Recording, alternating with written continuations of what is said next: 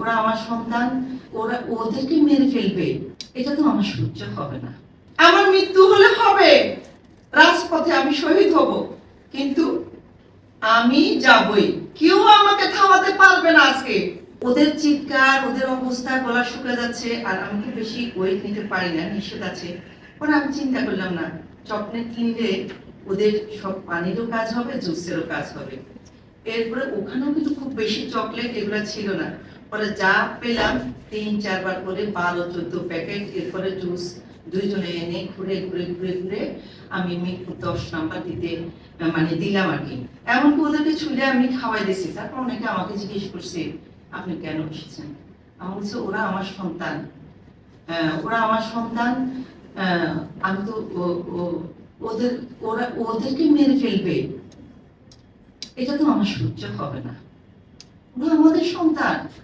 বলছে, আপনার সন্তান আসছে?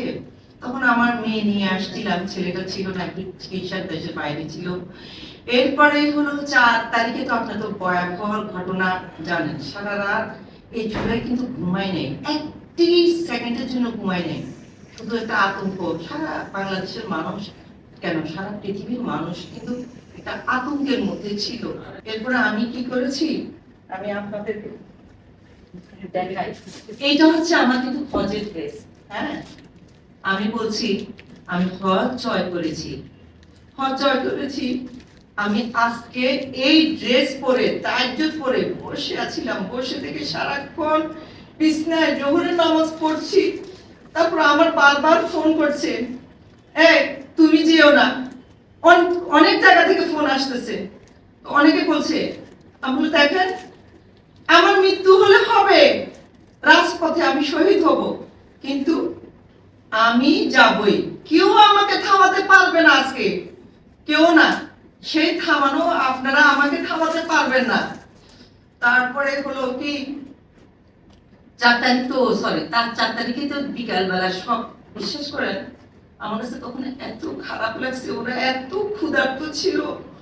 আমার এই 2 রিক্সা খাবার বড়দের 5টা মিনিটে নাই হয়ে গেল। শুধু আমার হাতে, আমার ভিডিওগুলো অন্যজনে করেছে, আমি করি নাই। মানে আমি আমার খাবারটা, বিশ্বাস করেন তখন মনে হতো, আল্লাহ আমি কি করলাম, শুধু এই সামান্য খাবার নিয়ে গেলাম, 5 মিনিটে সব শেষ।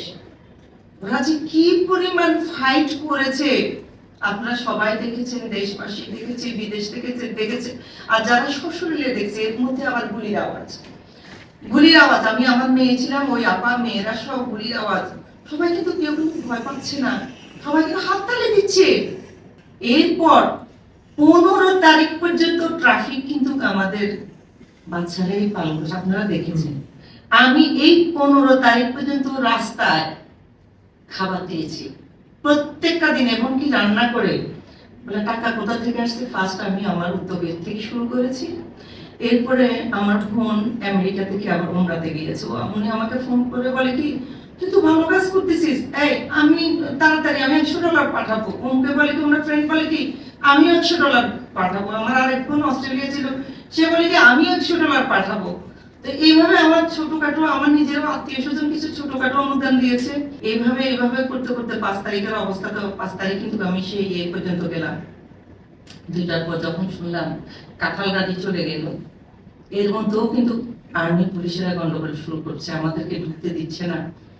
তারপরে যখন গেলাম সেই গণভবনে, সেখানে তো দেখি কি অবস্থা, তছনছ রাস্তায়। কিন্তু আমি আমি আর হাঁটতে পারছি না, আমার কেমন জানি খুব পেইন উঠেছে বুকে। পরে দেখলাম কি একটা রিক্সা করে একটা ফ্যামিলি, একটা বাচ্চা সহ গেছে। আমি প্লিজ আপনি আমাকে অর্ধেক যাওয়ার পর, আগারগাঁও পার হওয়ার পর আমাকে একটু আপনাদের রিক্সায় আমাকে একটু জায়গা দেয়। পরে যা ওরা উঠালো, গেলাম। ওখানে তো কি ভয়াবহ, সবাই রাস্তায়, মনে হয়েছিল পৃথিবীতে এই যে আনন্দ আমার কাছে মনে হয় আমি কখনো দেখি নাই।